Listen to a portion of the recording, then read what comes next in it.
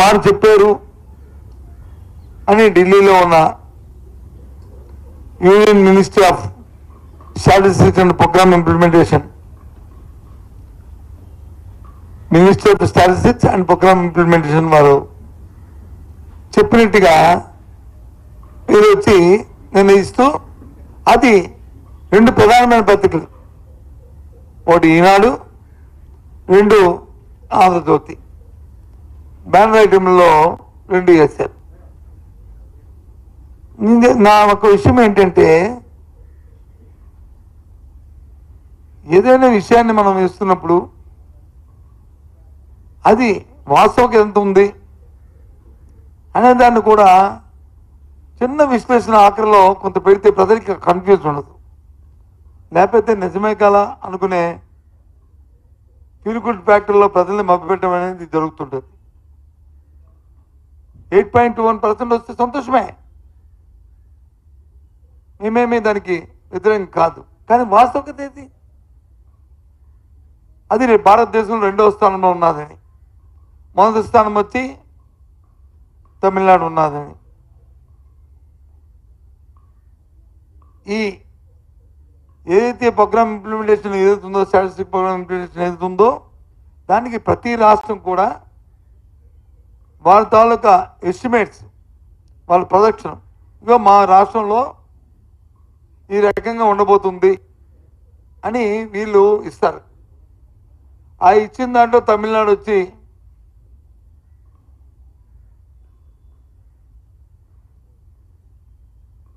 9.69% వాళ్ళు ప్రొజెక్షన్ ఇచ్చారు. అలాగే ఆంధ్రప్రదేశ్ వచ్చి 8.21% ఇచ్చింది. అలాగే పుదుచ్చేరి వచ్చి 7.96% ఇచ్చారు. అలాగే అస్సాం వచ్చి 7.9% ఇచ్చారు. అలాగే రాజస్థాన్ వచ్చి 7.82% ఇచ్చారు. అలాగే ఒక రాష్ట్రం పంజాబ్ వచ్చి 5.95%. అలాగే ఒక రాష్ట్రం ఇచ్చింది. ఇంకా కొన్ని రాష్ట్రాలు యూపీ, కేరళ, బీహార్, గుజరాత్, ఢిల్లీ, ఈ రాష్ట్రాలు ఇవ్వలేదు ఇంకా వాళ్ళ ఎస్టిమేట్స్. అంటే ఏంటి? మనం చెప్పిన లెక్కలకి మన రాష్ట్ర ప్రభుత్వం వీళ్ళు ఇస్తున్న వీళ్ళు ఎస్టిమేట్ ఈ రకంగా ఉండబోతుంది అనేది, దాన్ని ఏ రకంగా సృష్టించాయి? భారతదేశంలో 2వ స్థానంలో ఉన్నదని ఉండాలని భారతదేశ ఆంధ్ర రాష్ట్ర పౌరుడిగా నేను కోరుకుంటాను. కానీ వాస్తవికత ఏది? ఎగ్జాంపుల్ తమిళనాడు తీసుకుందాం. తమిళనాడు 9.69% ఇచ్చిందంటే కారణం ఏంటి? వాళ్ళకు వస్తున్న రెవెన్యూస్, వాళ్ళ ఓన్ రెవెన్యూస్ 10.64% వాళ్ళ ఓన్ రెవెన్యూస్ ఉన్నాయి. మన ఆంధ్రప్రదేశ్ ఎంత ఉంది? కాబట్టి వాళ్ళు వచ్చి 9 వస్తుందని వాళ్ళ ఎక్స్పెక్టేషన్ వాళ్ళు ఇచ్చారు. ఆంధ్రప్రదేశ్ ఎంత ఉంది? 2.69% ఉంది. ఇది వాస్తవం కాదా? ఇది అబద్ధమని చెప్తుంది. మీరు చెప్పిన లెక్కలే కదా. ఇంతేకాదు, అదర్ ఇన్కమ్ చూసుకుంటే సుమారు 32% మైనస్లో ఉంది.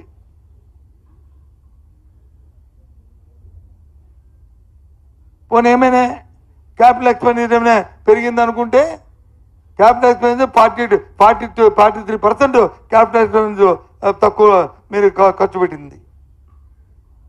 మరి ఏ రకంగా ఈ 8.2% అయిపోయిందని కాదు. మేము ఇచ్చాము, పంపించాం, మా టార్గెట్ ఇది, మా 8.2% మా టార్గెట్, మాకు ఇప్పుడు రెవెన్యూ రాలేదు, అయినా దాన్ని పెంచుకోవడానికి ప్రయత్నం చేస్తాం చెప్తే ఓకే, ఫైన్. ఎందుకు ఈ మప్పు పెట్టరు?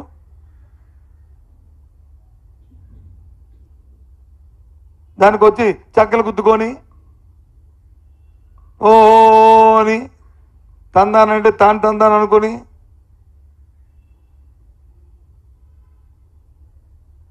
అర్థం అవట్లే. వాస్తవం చెప్పడానికి తప్పేముంది?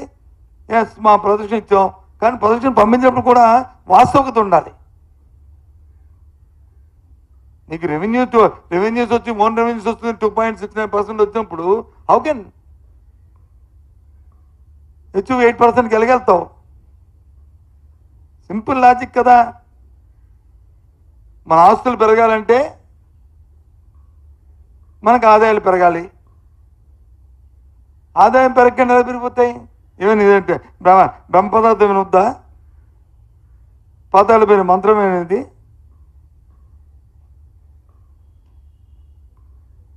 ఎక్కడ? పోనీ గత ప్రభుత్వంతో పోల్చి చేసుకుంటే గత ప్రభుత్వాల్లో అంతకుముందు రాష్ట్రం అధికారంలోకి వచ్చిన 2019లో సుమారు 3,90,00,000 కోట్ల రూపాయలు వచ్చి పాత ప్రభుత్వం 14 ముందున్న విభజనలో వచ్చిన 1,30,000 కోట్లతో కలుపుకుంటే 3,90,000 కోట్ల రూపాయలు అప్పు ఉంది. గత 5 సంవత్సరాల్లో అది 7,20,000 కోట్లకి వెళ్ళింది. అంటే ఏంటి? సుమారు దగ్గర 3,70,000 కోట్ల రూపాయలు పెరిగింది. ఎస్, పెరిగింది. ఓకే, అప్పు పెరిగింది. మరి ఈ 14 నెలల కాలం, ఈ 10 నెలల కాలంలోనే 1,48,000 కోట్లు అప్పు చేశారే.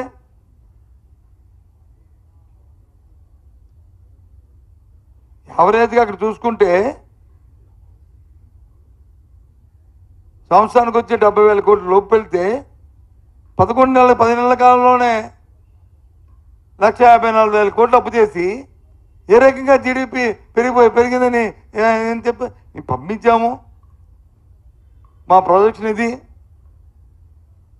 హెచ్చుకోవడానికి ప్రయత్నాలు చేస్తాము, మా రెవెన్యూస్ రాలేదు, పెంచుకోవడానికి ప్రయత్నాలు చేస్తాము అని చెప్తే పర్వాలేదు, అయిపోయింది.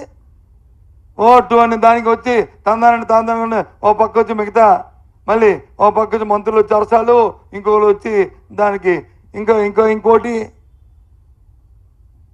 ఎందుకు ఇలాంటివన్నీ? ఈ ఫాల్స్ స్టేట్మెంట్, ఫాల్స్ ప్రెస్టేజ్లు, దానివల్ల ఉపయోగం ఏంటి? నేను చెప్పిన లెక్కలు నేను తప్పున్నా చెప్పనండి. రేపు ఉదయం ప్రెస్ కాన్ఫరెన్స్ పెట్టి చెప్పనండి. నేను స్టేట్మెంట్ కూడా, రిటర్న్ స్టేట్మెంట్ కూడా మీకు ఇస్తాను. ఒకవేళ ఏమైనా నేను చెప్పేది అనుకుంటే ఇస్తాను, ఇప్పుడు వాయిస్తో కాకుండా.